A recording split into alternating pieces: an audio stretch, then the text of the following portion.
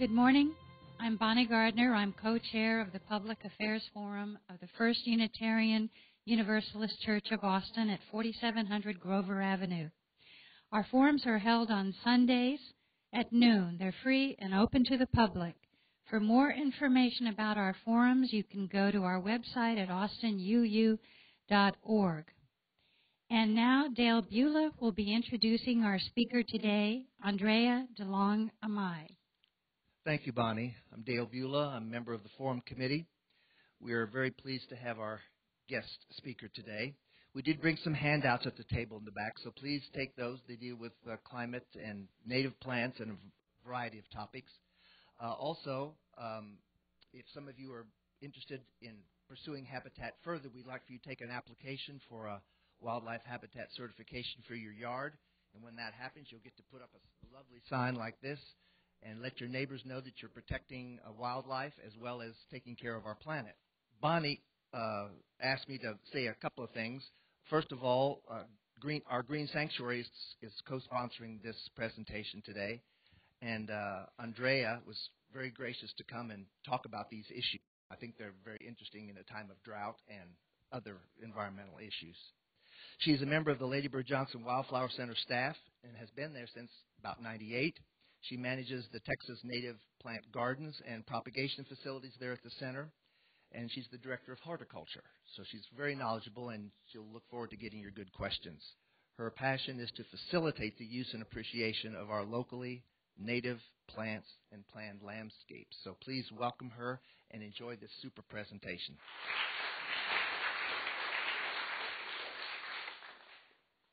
Great. Thanks, everybody. Can you hear me okay? Sounds good? Yes, thanks for inviting me to be here. It's great to see some familiar faces in the group. I'm going to go ahead and just get started, jump right in, and tell you a little bit about the Wildflower Center to start with, and then we'll talk about specifically different plants that are good for particular situations in your landscape. And that's where the handout that you have, you can follow along with some of the plants that I'm going to talk about so you don't have to scribble them down. So the mission of the Wildflower Center is to increase the sustainable use and the conservation of native wildflowers, plants, and landscapes. You can't protect just the plants by themselves. They're part of an ecology. It's all connected. So it's really important to think of it in a bigger picture view, and that's what we're trying to do with a lot of our different programs. Specifically, my bias is with the gardens because that's what I'm doing there, and I do have the best job at the Wildflower Center. It's great fun, frolicking in the gardens. We also have nature trails. In fact, we just opened up, not even a year ago, our new Texas Arboretum. And this is a 16-acre piece of the Wildflower Center that's in our natural areas where we're making a tree collection of all of the trees that we can get to grow on our site that occur naturally in Texas. And we have swings. We have a fire pit that we have used a couple times for special events. It's been a really great feature for us so far. So if you have been to the Wildflower Center before but you haven't seen our Arboretum, check that out. It's still little. It's growing. We do landscape restoration. We do off-site consulting as it relates to our research. We do research on green roofs, habiturf or alternative lawns, which I'll talk about briefly here in a little bit. Of course, we do environmental education. This is part of what we do. Me being here today is part of that. The education program also deals with school groups for kids, teacher trainings. We have an adult education program called Go Native U, which there's some information on the back page of the handout that I gave you. So if you're interested in some of those upcoming topics, check out our website. We have a lot of good information there.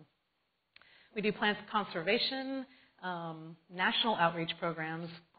The two main things that we do for national outreach is our quarterly magazine called Wildflower, and there are several of these that you can pick up outside at the end of the presentation. And that's a very useful thing. It's focused really on the whole United States, not just Texas, so it is a national thing. And then another piece of this is our website, which is a very powerful website. There's information about our local activities that are going on, but then also there's a great native plant information network, which I encourage everybody to explore. Again, it's a national thing, so if you know somebody in Alabama and you want to help them figure out some plants that might be good for their landscape, go look at that and just explore it. There's a lot of good information there. And Nan Hampton down here is one of our Mr. Smarty Plants volunteers who answers questions, and she can also help, I'm sure, with a lot of specifics about our website. And then finally, the Sustainable Sites Initiative, which is a voluntary program that we encourage people to do mostly larger projects. If you've heard of LEED for architecture for buildings, you can build a building that has lots of green features to it and get a ranking. You can get a platinum certification, for example. And the sites is a similar thing. So you can have a landscape that is sustainable. And I have a brochure also out there that talks about Landscapes for Life, which is more of a residential scale version of that. So that kind of sums up what we do at the Wildflower Center. There are lots of different pieces of what we're doing. And then I like to segue into talking about plants by using a quote from Mrs. Johnson. And she said a lot of very eloquent things. But I think this sums it up a lot for me, that wherever I go in America, I like it when the land speaks its own language and its own regional accent. And there are a lot of reasons why you would use a native plant in your garden. But before I go into that, I think it's also important to know what we're talking about when we are referring to native plants. There's a lot of confusion sometimes that people use this term to mean more sometimes than what it actually means. This is our shorthand version. It's a very complicated issue, but we'll say that it's a plant that occurs naturally where it evolved. There's another part of that I think is also important that sometimes gets overlooked. If you go to a nursery and say, I want to get some native plants for my garden, it's important to define what the geographical range is that you're talking about, because maybe you'll get something that's native to the United States, maybe it's native to Texas, but perhaps you want to be real specific. I only want plants that are native to my Bull Creek drainage, for example, if that's where you live. So you might want things that are really appropriate for that location. And the more precise you are about your geographic location and the plants that are coming from there, the more likely it is that your plants are going to succeed for you. That's not always the case, but that's a good general rule. So it's important to ask yourself, why are you using native plants? What are you trying to achieve? Is that important to you? If you're doing a restoration, that's going to be very important. If you're just gardening for pleasure and just looking at what will grow well for you, you might be a little bit more adventuresome and try things from a different part of the state, for example. But if you plant something that grows in West Texas and you live in East Texas, there's a pretty good chance you might not have it do very well. Plants can get waterlogged. Even at the Wildflower Center, we're in the middle of the state, but we have agaves that we've killed because they get too wet, even without irrigation. Our rainfall is too much for them. So that's an important thing to think about. Thinking about what is not a native plant can also help you define what is a native plant. And here's some examples of things that you can see in the wild. These are exotic plants that have escaped cultivation in many cases, or have become a little bit rampant, or sometimes a lot rampant in the natural areas. These are 3 species that are very common around here. Some of these are even sold at garden centers, so be careful about that. We have Chinese tallow tree, Chinaberry, and Japanese honeysuckle, which is also called Hall's honeysuckle. And that one, it's hard because sometimes you have an emotional response to some of these plants. I grew up, as a child, we had the Hall's honeysuckle on a fence line between my neighbor's house, and growing up smelling them and sucking the nectar out. And to me, that's something that's a very nice memory from my childhood, but I would never plant it right now. I just know too much about how destructive it can be in swallowing native plants and displacing native plants, which effectively displaces the wildlife that depends on them too. That's not to say that there isn't wildlife that will use these non-native plants, but they're more likely to be the generalist species of animals that use those plants. And so your diversity in general for the plants and the animals are going down essentially with the increase of these invasive exotics. Here's some plants that are also thought of as being native, but these are what I consider well-adapted plants, but they're not too well-adapted. The invasive plants are too well-adapted, right? They take over. But here's some things that are perhaps native to Mexico. Another one that I don't have on here that's commonly used is the orange bulbine or bulbini, which is from South Africa. On this slide, I have the new gold lantana, which is very commonly used. I don't have a problem with these plants, people growing them. They're good plants. They're drought resistant. But they are not native. There's the Mexican bush sage, which is another commonly used plant in gardens. Pink skullcap is another one. The only thing that I've experienced, for example, is with the new gold lantana, when we've had cold winters, sometimes they'll die and you'll have to replace them, but that's not a really big deal. So I'm not saying that all non-native plants are bad. It's important to know what you're planting and what your goals are and how that might affect what you're planting in the landscape. Another example of what is not native, these are non-native wildflowers, but if you go to buy a seed packet of wildflowers, you might assume that because they're wildflowers that they're native plants. rocket larkspur, cosmos, cornflower. Those are all things that are commonly put into wildflower mixes, but they're not native. These are all Eurasian species.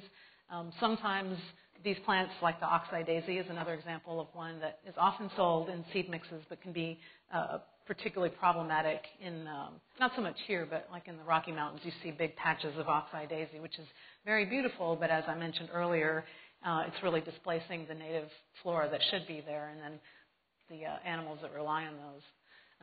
So be careful if you're buying wildflower seeds. I might recommend, looking at the label at least and making sure that all the species that are listed in there are ones that you want in your landscape, or buying them separately and making your own mix. That's another way to do it. Okay, I'm going to shift and start talking a little bit more about gardening. And one of the things that I experience a lot with using native plants is that people assume that because you're using native plants that it has to look messy or naturalistic or wild. And that's not necessarily the case. You certainly can make beautiful landscapes that are naturalistic. If you're, any garden that's well designed is going to be beautiful. And here's some examples at the Wildflower Center of more naturalistic landscapes. Actually, is there a way to make that slide, the screen a little darker so you can see the slides a little better? I don't know if there's a way to do that or not, but it might be helpful for you to see now that it looks a little washed out. But the way you design your space and how you maintain it will influence the actual style of the garden. You can have a very formal looking garden if you prefer, and some people would prefer something that's a little tidier looking. So don't let that ever be an excuse for not using native plants. There are a lot of good reasons for using natives. They're going to be more drought resistant, use less fertilizers than non-native plants. They're generally going to be cold hardy, more heat resistant. All of those things, they're going to be more attractive to wildlife. And the other one that I mentioned, kind of going on what Mrs. Johnson was saying about regional identity and really honoring your local natural heritage. So those are all good reasons for using native plants. So now I'm going to start talking about the plants that are in the handout if you want to follow along with that. And I'm just going to go through different types of plants and how you could use them in your landscape and just recommend a few things for each of those situations. Lawn is one that's a big topic right now. The Wildflower Center, our research group, has been working on a native turf grass blend that we're calling Habiturf. And unlike all other turf grasses that I know of, it's not a monoculture. It's actually a blend of 3 different species, 3 or more, buffalo grass, the blue grama, and the curly mesquite. And they were all selected because they have fairly narrow leaf blades, so they look more uniform. They don't look like you have 3 different things going on. And it gives you a nice uniform look. But one of the advantages to this, of having a blend instead of a monoculture, is conditions one year might favor one species versus another. And if you've ever grown buffalo grass, which is one of the best native plant alternatives to your traditional turf grass lawns, the buffalo grass is not actually designed by nature to be a dense mat. It has holes in it. It's generally used, generally grows as a matrix with wildflowers growing in it. So if you want something that's really uniform and doesn't have weeds in it, it's hard to get that with your Bermuda grass. The best way, if you do, is to not mow it. If you have, buffalo grass, don't mow your buffalo grass, and you're going to have fewer weed problems. But not everybody can get away with not mowing their grass. And so the Habiturf we're recommending for that, and it does really seem to be stronger to keep the weed species out. And there's a lot of information about that, how to do it, on our website. A few of my favorite trees to recommend, native trees, is the Anacacho orchid tree, which is about 2 o'clock on that slide. And this is a plant that is very drought resistant. It's a nice sort of small or medium-sized tree, generally a little bit branches lowly. It branches low on the trunk, has a really nice silvery white bark, and then blooms heavily in the spring and again throughout the summer and again in the fall. But its biggest show is going to be in the spring with these beautiful white orchid-like flowers. Very fragrant when they're blooming. It's a really good tree if you're trying to attract different kinds of pollinators. But it's also extremely drought resistant. In fact, my experience with it is that if you have it in a landscape that gets watered a lot, it doesn't do as well. It grows really fast, and then the wood is kind of weak, so it's better if you don't water it. The Texas mountain laurel that you see on the lower corner of the picture is another beautiful, wonderfully fragrant plant when it starts blooming, and they'll be blooming in the next month, early spring, early to mid-spring, and if you've been in Texas or in Austin for a while, if you experience this tree every spring, they look like clusters of purple flowers like a wisteria, but they smell like fake grape bubble gum. Not real bubble gum, grape flavor, but fake. It's very sweet and delicious, really. It's evergreen, which is a nice feature to it. But be careful. It is actually a little bit poisonous too. It has red seed pods or red beans inside the seed pods that are toxic, and reportedly the whole plant is toxic, which is, I think, one reason why the deer don't eat it. So if you're looking for a deer-resistant suggestion, that's another option. Just as a side story, those red beans that are inside of those pods, as a kid, we used to call them hot beans. We'd rub them on the concrete and then chase our friends and burn them with it. So now you know a little bit more about me than maybe you need to. And then finally, the cedar elm is the other tree that's on the slide here.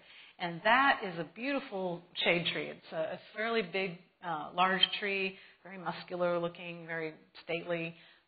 They turn golden yellow in the fall, so you get a little bit of fall color. And the leaves are small enough that often you can just ignore them and not have to rake them. That depends on your situation, but I've had them in places where I just didn't bother because they just kind of decompose pretty quickly and you don't really have to mess with them. But they're fairly disease resistant, they're fast growing, they're very drought resistant.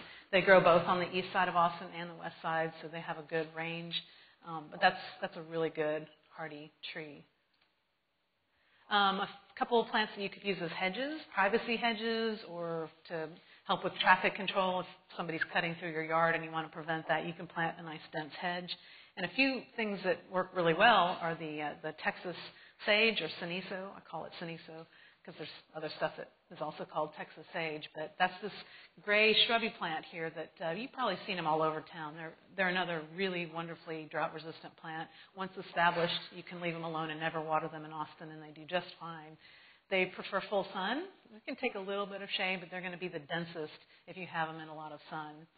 And they're also very malleable. You can shear them really hard and keep them nice and tight if you like that look and you're really looking for something dense. Or if you don't ever trim them, they'll just be kind of loose and free form. That silver color, I just think, is a beautiful accent to all different kinds of other plants. Plants that have a broad foliage or dark green leaves would be a really nice contrast, or grasses. And if that's all it did, it would be a perfect plant, but it's even more perfect than perfect because when it blooms, the whole thing just gets covered with these rose lavender flowers, which are really lovely and great for attracting pollinators too. And it's deer resistant. What more can you ask for? Another option that I have a slide in the lower picture here is the dwarf Yaupon holly. And of course there's the standard Yaupon, which is another really great landscape plant, but it's not as dense. Dale's pointing outside, yes, we have a Yaupon out the window here with the red fruit on them, and you can see how lovely they are. They're evergreen in the wintertime. You can shape the standard forms to be multi-trunk, and you can have them be fairly nice and trim-looking, or you can just leave them and they'll be more multi-trunked and more natural-looking. These dwarf Yaupons are good if you're trying to replace something like a boxwood hedge.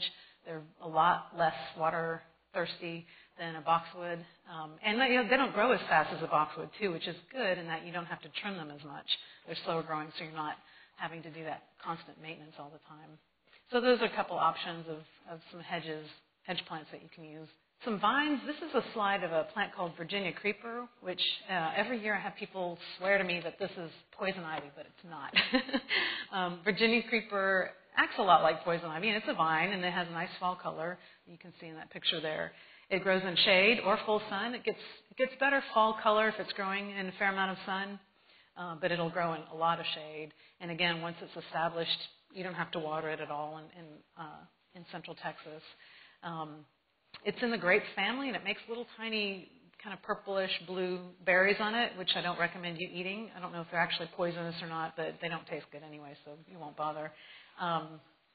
But that's a nice plant if you're just looking for something that would cover the side of a stone wall or a nice trellis or something. It gives you a nice lush feeling, particularly for shady spots, because you're often looking for things that will do well in shade.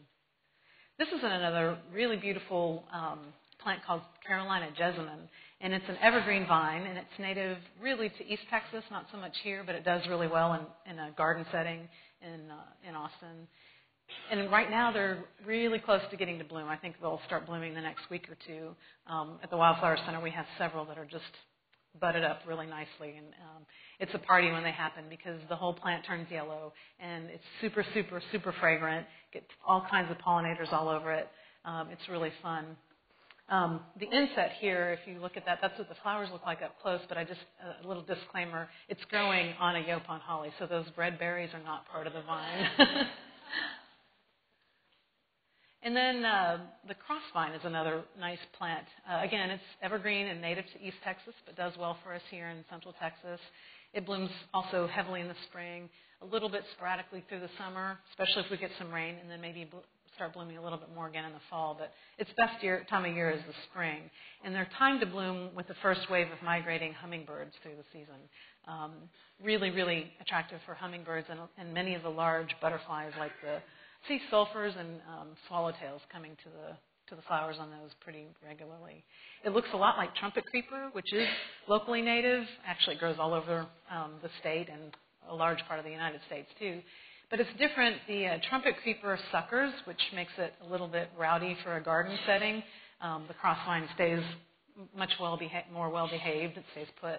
The flowers are almost identical, but the trumpet creeper tends to bloom more during the summer, later in the season than the crossvine. And then the crossvine is evergreen and the trumpet creeper is deciduous. So those are some basic differences between those plants.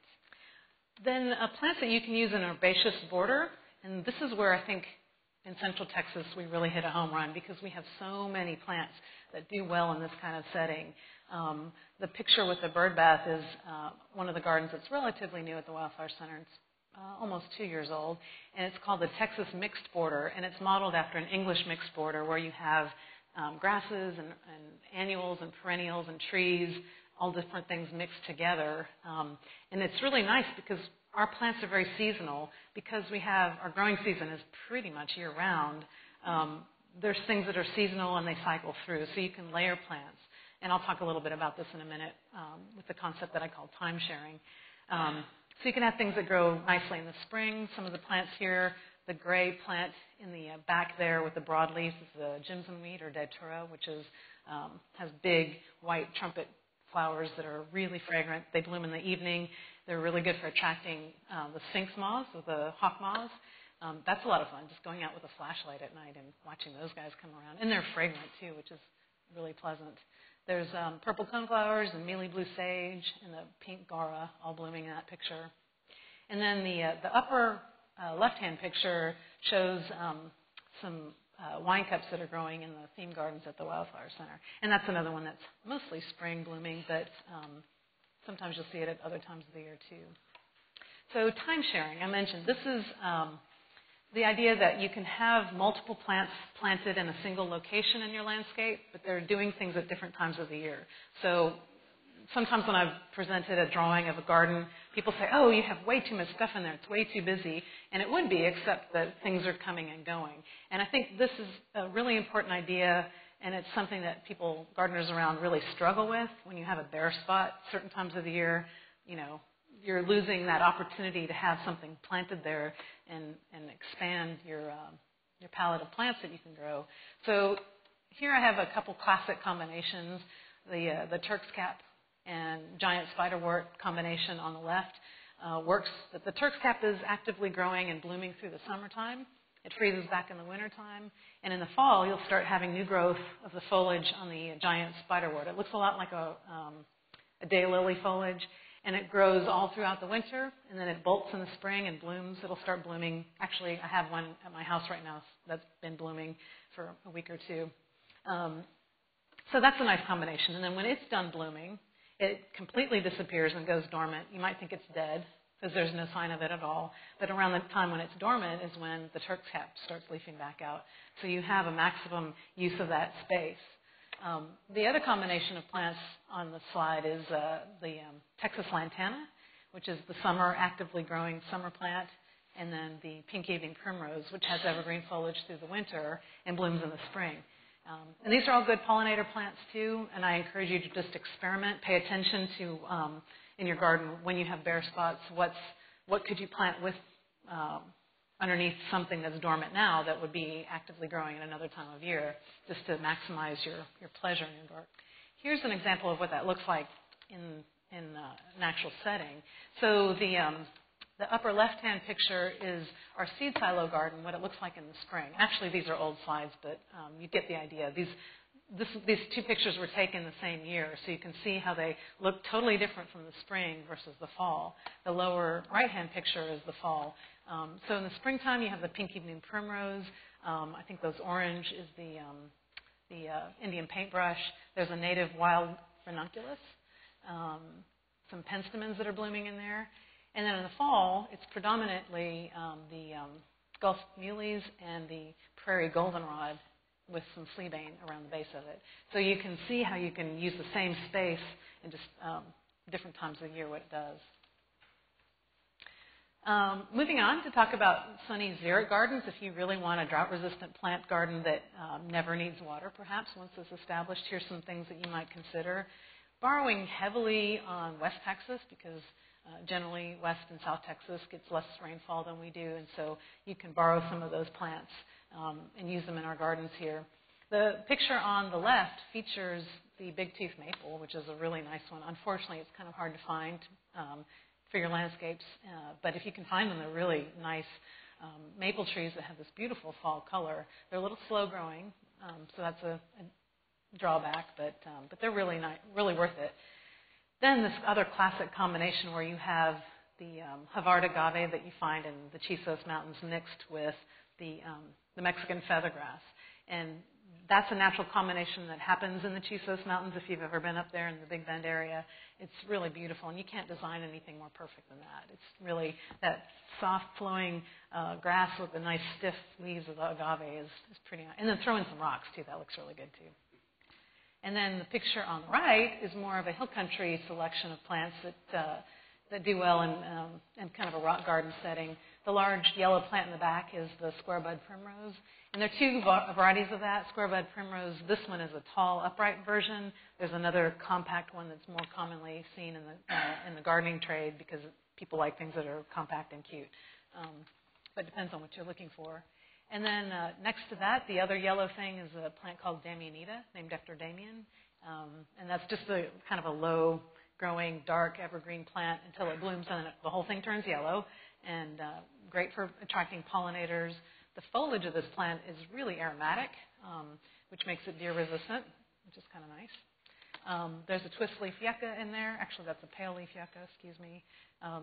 Some old bluebonnets kind of on our last legs before they end up for the summer. Another example of some more xeric plants. We talked about the agaves. The yellow plant in the foreground is a plant called desert marigold, which is an annual that grows really easily from seed.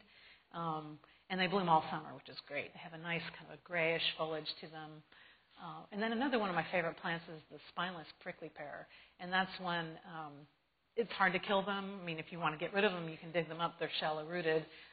But they're just really nice sculpturally in the landscape, and they have nice plays with the lights, those pads, get shadows and light on them and interesting patterns. And the foliage, because those pads are so round, it's really a nice contrast to other plants like grasses or a small leaf plant. They always look great in your garden, and the only maintenance really you might have to do is trim them back periodically if they get too big. Sometimes they get leaf-footed bugs, which you can deal with pretty easily by just spraying them with soapy water. The other thing they get, which is pretty fun to talk about, is an insect that has kind of a fuzzy white coating on it. They're called cochineal bugs, and if you squish them, they're bright magenta inside.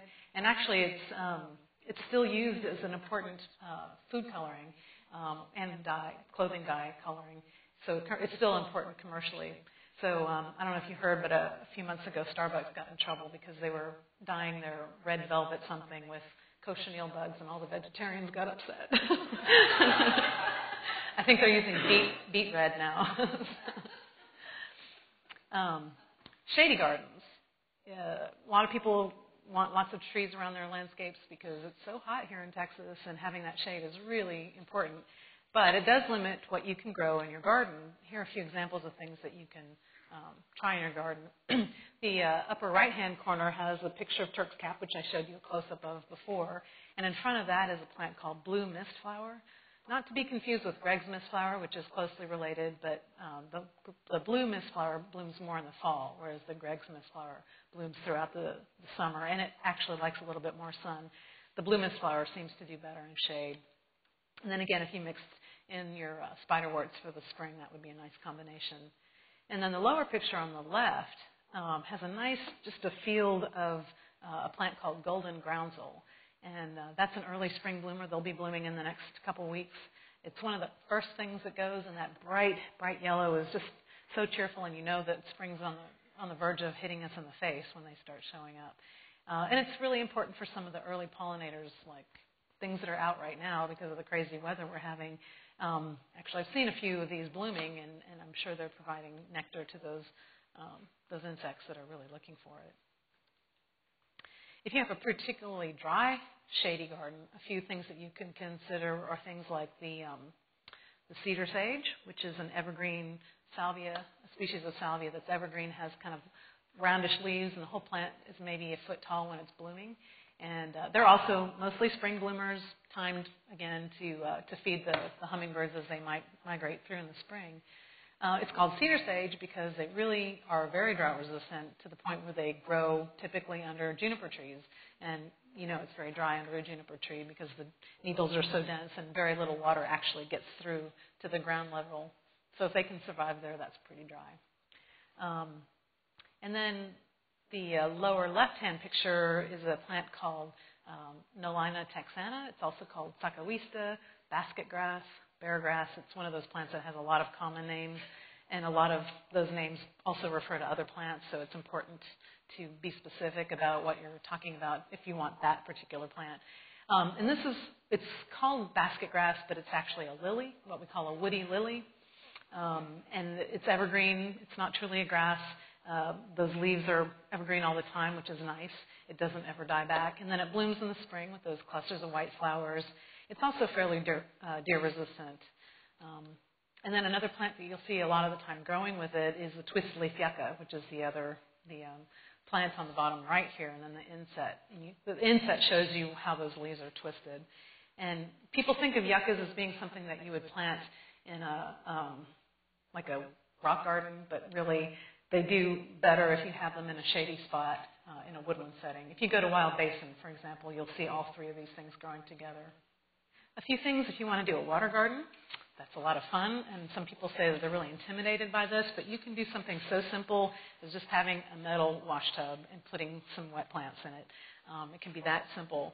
Or you can spend thousands of dollars to jackhammer a hole in your limestone and, put in fancy liners and stuff, which is great too if you're gung-ho enough.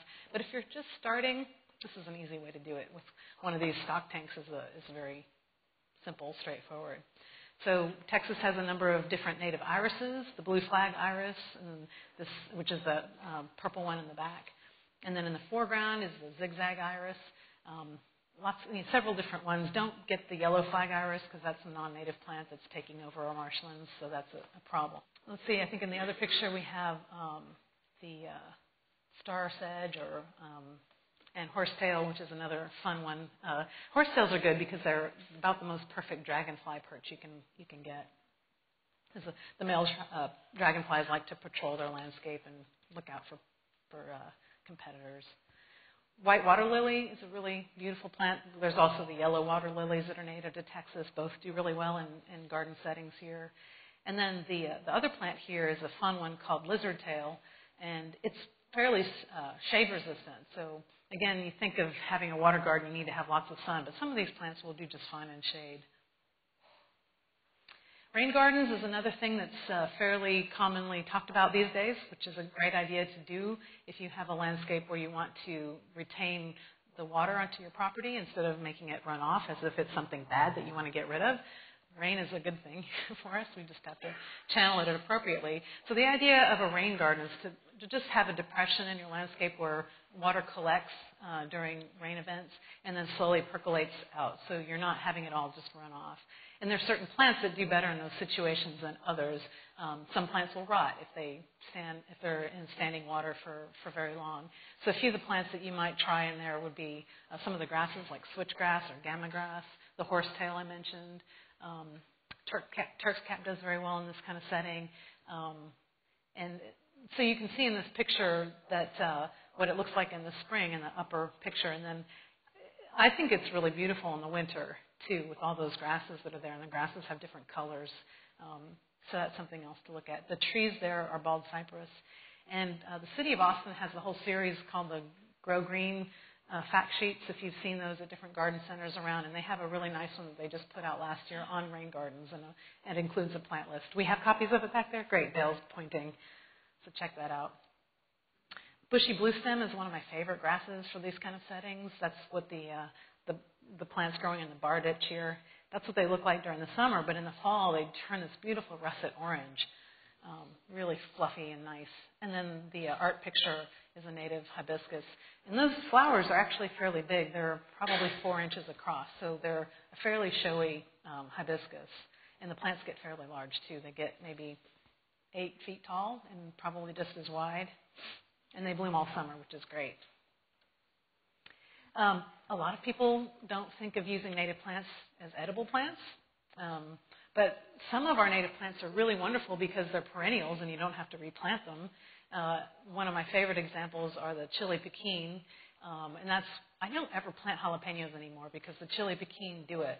They're perennials for us here in Austin. They are tolerant of sun and shade. They're very drought resistant. They're very potent. They're good for attracting mockingbirds. The mockingbirds will just pick off those red berries and eat them down. So you have to maybe arm wrestle them a little bit to get your own. But you can eat them while they're still green, too. They're not as spicy if they're green. You can dry them or pickle them. So chili piquins are a great pepper alternative to your jalapenos. The prickly pear, the nopales or nopalitos, if you've ever had a nopalito taco, those are very nutritious. You just peel them, take this tender new growth in the spring because the old woody pads don't taste very good, but you can just cook those up in a stir fry or scrambled eggs or something. Native strawberries we have growing in the strawberry pots. They're more native to East Texas, but they do all right here. And just several different things that are in there that are kind of something to think about. Similarly, people think of putting their pansies in containers, but not their native plants. But using native plants in containers has some advantages, too. One way you can do this is to use them seasonally, like you do annual plantings. Like this pot on the left has the wine cups in them. So the wine cups are glorious in the spring, but then when they're done, you can just take the whole pot and put it behind your shed or something and then put in something else that looks nice. But you don't actually have to replant it. You just leave it and bring it back out next year. So that's an advantage. Of course, you have to move the pot, but it still makes planting a little bit easier. Also, some of our native plants are small and diminutive and might otherwise get lost in the landscape, some of our cacti or some of the smaller plants. So that's another way to feature them in a container where they have their own space. And you can maybe lift them up onto a ledge so you can see them better. That's another way to do it. And I really like it when you can do a cluster of containers like the image on the right, where you have a bunch of things put together in different textures and forms mixed together. Even if there's not much blooming, you can still have a pretty interesting little landscape. And if you don't have any garden, like land to garden in, you have a patio or you live in an apartment, this is the way to go. Here's some examples at the Wildflower Center that we did a few years ago that are essentially container gardens. They're just galvanized metal stock tanks that we filled with soil and planted them. And this works really well, too, because it elevates things off the ground so you don't have to stoop over as much. It's a little bit more ergonomic in that regard. There's some more examples of that. And then I love this one because people don't think of using native plants as bonsai either. We had 2 times now we've worked with the Austin Bonsai Society and the San Antonio Bonsai Society to have them bring their specimens that were native to Texas to do this nice display. And people loved it. They're just beautiful. And I always say, yes, you can torture native plants too. All right. Some of the plants that I've mentioned today are hard to find in local garden centers. I encourage you to ask for them because the way that those garden centers are going to supply those plants is if they think people will buy them. We usually have around 300 species of native plants.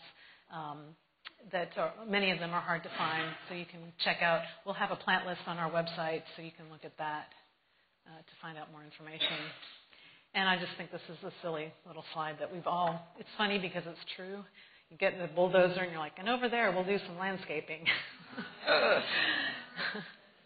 And then just to wrap it up, here's a quote by David Frost, who's with the California Native Plant Society.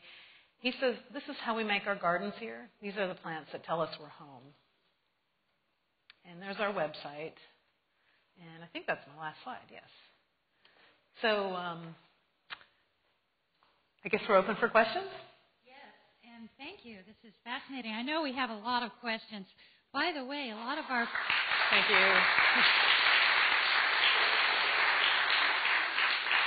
A lot of our plants right here in the church are native plants, and we're certified as a natural habitat. You have done a great job of that. And thanks in part to Dale and Pat Beulah. Michael the Burkian. Hi. I just want to say that I have a female landscaper from Scotland, and I call her my Bonnie Gardner. But if I would like a fast-growing tree that doesn't need moisture, water. And I know the mountain laurel is probably okay, but what if I went to Arizona and brought something here? What kind of tree would I bring from Arizona? Well, let me start. Mountain laurels are fairly slow growing. Actually, that's one of the biggest drawbacks of a mountain laurel is they are slow. Are you looking for a large tree or a small tree or medium? Medium to large. So I would recommend you not go to Arizona, something that far away. There are plenty of trees that grow native in our area that you could look at. Some of the legumes could be really useful. There's a tree called huisache, or huisache in Spanish, and that's a beautiful, it branches fairly low and it gets a nice open canopy to it, bright orange or yellow flowers in the spring and very fragrant, and that's a very fast-growing tree. Unfortunately, really almost all of the fast-growing trees don't live very long, so it's good if you combine that with something that's more long-term.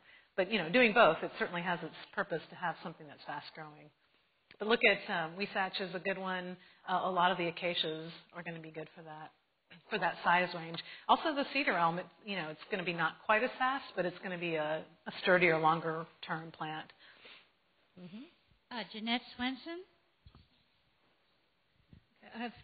My question is, in terms of climate change and the growing zones that are moving northward, what are you doing at the Wild Center to prepare for that? Oh, that's an interesting question. With climate change, what are we doing? I mean, we're experimenting with plants that are native to the state of Texas, which gives us a little bit of flexibility, even though things in our gardens are not native to Central Texas, because we're in Central Texas, it would make sense that that's mostly what we focus on, and that's true. But we are experimenting with some of the South Texas plants, see how they do in our gardens.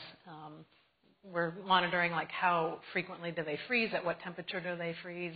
And it's sort of a complicated issue, that whole idea of assisted migration, where you might plant something that would be native to somewhere further south and moving it further north. Because plants can't walk and their seeds can only go so far depending on the species. There are a lot of ecologists that are recommending that we might do that, but there are also a lot of implications to that too that we should think about, so it's a complicated issue. Certainly for gardens, though, it's probably not that, it's probably fine. We're already doing it anyway as gardeners. We have a question here. Allison Dieter. Thank you. I have 3 questions. How much watering does the center do? And what about sumac? I didn't see it on the list, and it looks like the one that I planted is dying. Also, on wildflowers, is it better to plant seeds or transplant? Okay. You might have to remind me of the list. Let's go backwards, because I can maybe remember backwards better. Wildflowers generally are best to do direct seeding. Just throw the seed out directly onto the soil. Annuals generally do better than being transplanted, although I have transplanted bluebonnets just fine from pots. So I think that's fine.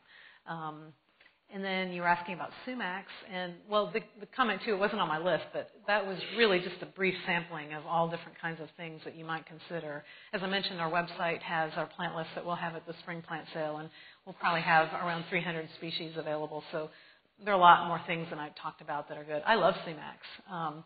I'm not sure which one you have, but the flame leaf sumac, I've experienced, it may be what you have, where branches die out just sort of randomly, and I'm not sure. The trunk is coming apart. If it's a flame leaf sumac, try cutting it to the ground and just letting it resprout. I know that sounds really brutal, but a lot of our native plants are adapted to fire, and those fire sprouters would normally have their tops burnt off, and then they would just resprout, and then you can start completely from scratch on that. And I promise you, if it's healthy enough to survive, it'll survive that. If it doesn't come back, that's because it's just so sick that it's not probably going to survive anyway. But generally, the flame leaf sumacs sucker, and they're pretty tough. And then your first question was about water at the Wildflower Center. We are voluntarily following the Stage 2 water restrictions that the city has put out. We are not by law required to because we're part of the University of Texas, but we are in spirit following it. Because our site is so large, we don't actually water on one day. We have to separate it out because we have multiple zones, but any one garden right now is only getting watered once a week. And some gardens are xeric and don't get watered at all. We have a few things that don't have irrigation or the irrigation is turned off. And where we have new plantings, we're mostly dealing with that by hand watering to get them established. Because we plant all throughout the wintertime, and we're doing our last big push to plant stuff to get ready for spring. So those new things have to get watered a little bit more. We have a question here from Richard Halpin. Thank you, Bonnie. And thanks to the Forum Committee for a great job. And Andrea, thank you for a terrific presentation. Two quick questions. One, spiderworts. How do you eat them? And number two, just fry them up with I'm interested, as a scientist, I'm interested in your observations of how the environment has changed and what you see coming in terms of a future environment. The easy question I'll answer first is, how do you eat spiderworts? That's quite a range. How do you eat spiderworts, and what do you think of climate change? Wow. And I always answer the food thing. Anything with butter is good. So spiderworts you can eat just green, fresh. Throw them in a salad, but you can also stir fry them or add them to soups. Is a really good way to do it. And the whole aerial part of the spiderwort is edible, the giant spiderwort. I think all of the tradescantias are edible, but I don't know that for sure, but I know that that's true for the giant spider. And then so I've been gardening in Austin for over 20 years, and yes, I am seeing a lot of things that didn't used to make it through winters, surviving just fine or not freezing back at all. And so yes, it's obviously things are changing.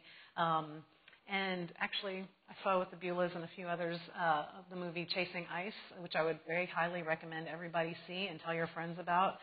It's a very powerful, heart-wrenching, stunning, whatever. I mean, can't even express in words the emotion that you feel when you see that. It's beautiful, too, but it's also pretty undisputable what's happening. So I think there's really no doubt the scientists are not on different pages about what's happening. It's pretty clear that the climate is changing, and it's unprecedented. So, yeah, what do I say about that? It's good to see you. My name is Felicia Congable, and I have a question. I was in charge of the native plant landscape at my high school, and we have a native plant landscape here. And when you have a shared landscape with a lot of stakeholders, what are your thoughts about how to encourage an appreciation of native plants through the seasons? Because they change and they're still supporting wildlife, but maybe they don't look like what people are used to in a garden, that sort of thing. Yeah, that's a very good question, and that's one that we struggle with all the time, even within our staff at the Wildflower Center. Because, yes, in the wintertime, for example, things look dead, but they still provide form, visually. They look like something instead of just stark, and they do provide habitat for wildlife. They're things that are dormant, that are using grasses to hibernate in or whatever. So it is helpful to leave some of that stuff. And I guess the one of the best things I could suggest is to take the people, their stakeholders, bring them to the Wildflower Center maybe and see how our gardens look throughout the year and come at different times of the year, because we're trying to show off the best in every season. And then on top of that, there may actually need to be some education, like what is it that's going on when things look dead? And what does that mean? And what are you sacrificing by deadheading something? I think you're talking mostly about wildlife when you're referring to that and that particular issue. So, and aesthetics, yeah. So aesthetics is a little harder because everybody's opinion about what looks good is different. But when you're talking about wildlife, you can certainly have, information that you can share that, the skippers, they pupate in the dense center of grasses, and if you cut them too low, you might be discarding and destroying those butterflies, for example. Or the goldfinches really like to eat the Maximilian sunflower seeds, so don't cut them back too soon. But looking and seeing, oh, well, there's no more seed left in there. They're not coming around anymore. Let's cut them back. That's fine. And I do think that sometimes it's a really fine balance of cutting things back and making things look tidy to allow people to accept a native landscape. Well, it's kind of what I was talking about before. You don't have to have a naturalistic or messy-looking landscape to use native plants. And if that's what's going to make it possible to do a native plant garden, it may be better to be a little bit more on the side of being tidy if that means that people aren't going to be just up in arms. I mean, you have to make that call because that can be a real deal breaker for some people sometimes. And then maybe eventually over time get them used to the idea of what a landscape might look like. We have a question here. Would you say your name, please? Carol Jane. I was wondering, when you're talking about the native plants, are you assuming that, for example, you would plant the same thing in the clay-like soil to the east of I-35 as you would plant in the soil to the west of I-35? Or are you assuming that we're going to buy soil and do a lot of enrichment or something of this nature? Yeah, that's a really good question, and I often address this in my presentations, but for the sake of time didn't, but I'll take that opportunity now. Any plant that you buy, just because it's native to your region doesn't mean that it's going to be appropriate for your site for a variety of reasons. It may be a lighting issue, it may be a drainage issue, soil chemistry. So a lot of our plants that grow in Central Texas will grow both in the blackland soils and the hill country. Turk's cap, for example, you'll see on both sides. Or mealy blue sage you'll see in the hill country and in the blackland soils. And there are certain things that don't. Like blackfoot daisies are not going to want to grow in clay soils. So it's important to do a little bit of homework and ask questions about what are the species that do well in your particular situation. Just like, is this going to grow in full sun or shade? That's another thing that you'll need to consider. And in terms of soil amendments, that's... when I first started gardening, I had come kind of from an ecological restoration background and had planted plants in wild areas without any soil amendments. Like, you just dig a hole and put the roots in of that turf cap and mud it back in and put it all back together and it's fine. So I was gardening that way, and I really did decide, though, it makes sense that you would put native plants into their native soil and they would do fine. And that is true, but if you really want a lush garden, adding a little bit more compost generally makes things more lush and perhaps more drought resistant too, but I think that's more an aesthetic call. Like a lot of plants are very drought resistant, and if you don't water them, they just go dormant, which is not what people want in their gardens. So if you keep them watered a little bit of water goes a long way. You can have a garden that doesn't look dormant in the middle of summer or whatever. So it's a little bit, adding a little bit of organic matter probably isn't bad for most things. There are some exceptions, and like bluebonnets like lean soils. They don't like rich organic matter soils. If you plant bluebonnets in a bed that you would plant tomatoes in, I don't know if you've ever done this, you get a lot of lush growth that's sometimes kind of floppy. They also are more susceptible to mildew. They just don't do as well. Where we've had the best luck with growing bluebonnets at the Wildflower Center is in the granite trails. You plant them in the bed and then they seed out in the pathway because that's really more what they would prefer to be growing in. I think we have time for just one last quick question. Dale Beulah, one of our great gardeners. Thank you again for being here. I work with the Environmental Stewardship Committee at AISD, and the last few years we've had a big push to have schoolyard gardens. Could you tell us a little bit about the importance of connecting children with wildlife and with nature? First of all, your phrasing right there, I have to appreciate, because I like it when people say connecting people with nature instead of to nature, because it feels more like a one-way thing, whereas with feels more interactive. I think every school should have a garden, because not every kid is going to have that opportunity to have a garden at their own house. Parents can't always do that or have the interest in it. And having that communal setting is a great way to have kids experience it together and have a point for discussion and to learn so much.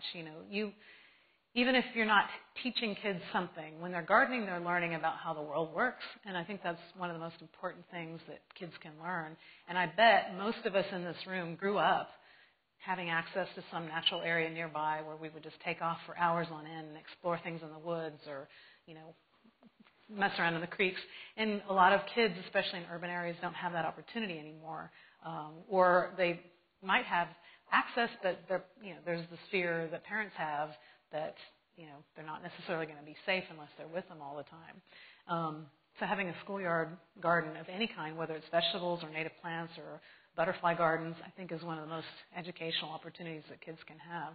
And also, I'll put in a little tip that we're in the process of, we're getting really close to starting construction on a new family garden at the Wildflower Center. So maybe a year and a half from now, I'm hoping that we'll be able to open up our new family garden and have that opportunity for kids to come out with their families and experience nature in a more perhaps controlled environment or safe environment. But I think that's great. Okay. Would you like to just take 30 seconds and give us a few closing words, and then we want to thank you again for such a wonderful presentation. I'm sure many of us will get going on gardening after being inspired by your talk. Great, I hope so. And I'm happy to stick around afterwards to answer any questions if you didn't get a chance to ask your question. I will do one thing. I have some magazines in the back, and actually in my box up here I have a magazine that's a commemorative issue from Mrs. Johnson's 100th birthday. So I will give that to somebody who can answer this question. Let me think of a good question. When was the Highway Beautification Act enacted? Anybody know the answer to that? 65. You are so close. So come up and I have my box somewhere, and I'll. Oh, okay. There's a copy of. Actually, I think there are 3 copies, so somebody else can grab one too. Well, thank you all for your attention, and I hope to see you at the Wildflower Center.